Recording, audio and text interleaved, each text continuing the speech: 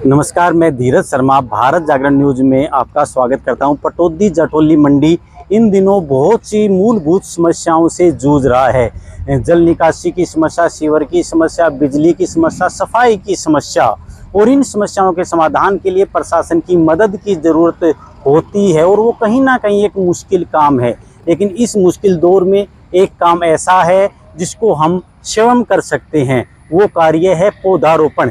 जी हाँ, पर्यावरण संरक्षण के लिए एक छोटा सा लेकिन महत्वपूर्ण सशक्त कदम। और यही कार्य जो पटौदी और मंडी के बीच में जो डॉक्टर नरेंद्र जी है वो अपनी टीम के साथ इस कार्य को अंजाम दे रहे हैं, ये कार्यक्रम कर रहे हैं, पौधारोपण कर रहे हैं। और जो ग्रीन बेल्ट है उसमें पौधारोपण किया जा रहा है। आप लोगों को ऐसा लगता होगा कि डॉक्टर साहब ने इस तरह की मुहिम को कवर करने के लिए, न्यूज़ कवर करने के लिए हमको बुलाया है।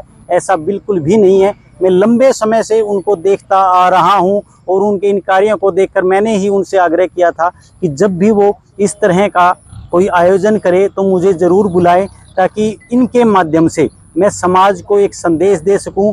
और ये कहीं ना कहीं एक सही मायने में समाज सेवा मुझको दिखाई दे रही है, जो डॉक्टर नरेंद्र जी अपनी टीम के साथ लंबे समय से कर रहे हैं।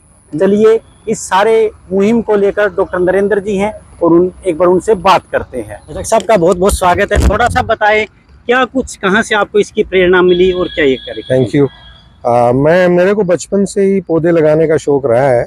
और आजकल तो खासकर जब से ग्लोबल वार्मिंग शुरू हुई है, ग्लेशियर पिघलने लगे हैं, नदियाँ सूखने लगी हैं, तालाब सूखने लगे हैं, तो मेरे को लगा कि कम से कम एक छोटी सी पहल हम अपनी तरफ से करें, ताकि पेड़ ज़्यादा से ज़्यादा लगाएं, ग्लोबल वार्मिंग की जो थ्रेट है उसको हम एड्रेस कर सकें। तो इसलिए मैं पिछले 10-15 साल से हर साल पौधे लगा रहा हूँ। और अब की बार लोगों का सहयोग काफ़ी मिला है, तो इस बार मैं 70 पेड़ अभी लगा चुका हूँ। 35 हमने लगाए थे 1 महीने पहले और 35-40 के करीब आज लगाए। तो देखिए, वैसे न्यूज़ के लिए नहीं, आपने जो पटौदी क्षेत्र के जो पत्रकार है उनको भी आमंत्रित किया कि उनके हाथ से भी आपने एक एक पौधा लगवाया है। मतलब क्या कुछ सरकार को भी क्या मैसेज देना चाहेंगे? आप इस तरह से प्रयास कर रहे हैं और कहीं ना कहीं खबर आती है कि जो पेड़ लगाए जाते हैं उनको नुकसान पहुंचा दिया जाता है, या फिर सरकार के द्वारा भी क्षति पहुंचा दी जाती है जब कोई विकास कार्य जब होता है, उसकी बिना प्लानिंग के तहत जो किया जाता है। सरकार से तो मेरा आग्रह यही है कि इतने वन कट गए, वन क्षेत्रफल जो है, ग्रीन क्षेत्रफल घटता जा रहा है, तो इसको युद्ध स्तर पे लें। ऐसे बात नहीं बनेगी। कितने ही तो हमारे जंगल जो हैं कट चुके हैं, उनकी जगह नए पेड़ नहीं लगे हैं। इवन पहाड़ी क्षेत्र में जो पहले हरे भरे होते थे वो भी पेड़ लोगों ने काट दिए हैं, कुछ वन माफिया ने काट दिए हैं। तो ये दोबारा से, एक तो वन जो कट गए हैं उनकी जगह दोबारा से पेड़ लगाना शुरू करें। और जो भी सरकारी ज़मीन वेस्ट पड़ी है, जहाँ भी पड़ी है इंडिया में, जलवायु के हिसाब से उसमें सरकार जो है ज़्यादा से ज़्यादा पेड़ लगाए। जो ड्राई एरिया है उनमें थोड़े से ऐसे पेड़ लगा दें जो कम पानी में होते हैं, जो थोड़े ज़्यादा आर्द्र क्षेत्र हैं उसमें दूसरे किस्म के लगा दें। तो ये सरकार को युद्ध स्तर पे लेना पड़ेगा, नहीं तो आने वाले 20-30 साल में हालात और ख़राब होंगे। जी हाँ, बिल्कुल इसी तरह से समस्याएं बदलती है। हम एक चीज़ को देखते हैं, जो जंगल थे वो जंगल खत्म होने लग रहे हैं, जंगलों के जीव हैं वो कहीं ना कहीं आदमियों की बस्ती में आने लग रहे हैं और इससे पूरा सिस्टम खराब होने लग रहा है। और लगातार डॉक्टर साहब लंबे समय से इस कार्य को कर रहे हैं, लेकिन मैं आपसे से ही जानना चाहूँगा कब से आप इस काम को कर रहे हैं? मैं पिछले 15-20 साल से एक्टिवली कर रहा हूँ। तो कुछ हमारे साथ और भी मित्र जुड़े हैं, आज वो है नहीं यहाँ पे।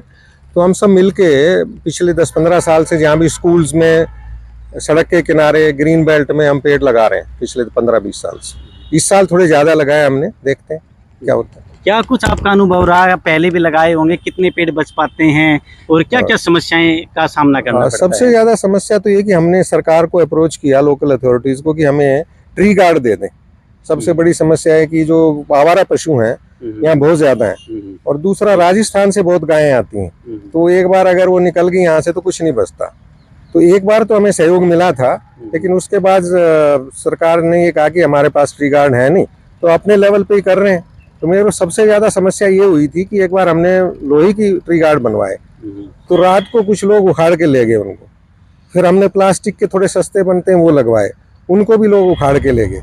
तो लोगों से मेरा यही अनुरोध है कि अगर हेल्प ना कर सके तो कम से कम जो आदमी काम कर रहा है उसमें इस तरह के काम ना करें कि पेड़ उखाड़ लें। पेड़ तोड़ भी देते हैं, खासकर बकरी चराने वाले काट के बकरी को चरा देते हैं, गाय को चरा देते हैं।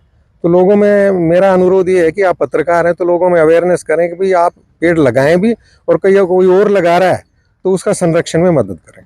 तो देखिए, बिल्कुल डॉक्टर नरेंद्र जी के माध्यम से मैं कहना चाहूँगा, प्रत्येक व्यक्ति अपने अपने क्षेत्र में एक पेड़ जरूर लगाएं। और जो डॉक्टर साहब ने कहा, जो समस्याएं इन्होंने बताई, एक टीम के तहत ये लोग काम करने लग रहे हैं।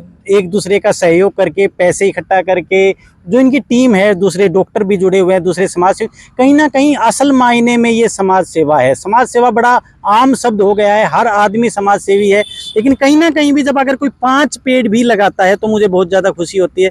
डॉक्टर साहब इतना अच्छा काम कर रहे हैं, लंबे समय से इस तरह का काम कर रहे हैं। डॉक्टर साहब, हमसे बात करने के लिए आपका बहुत बहुत धन्यवाद। Thank you.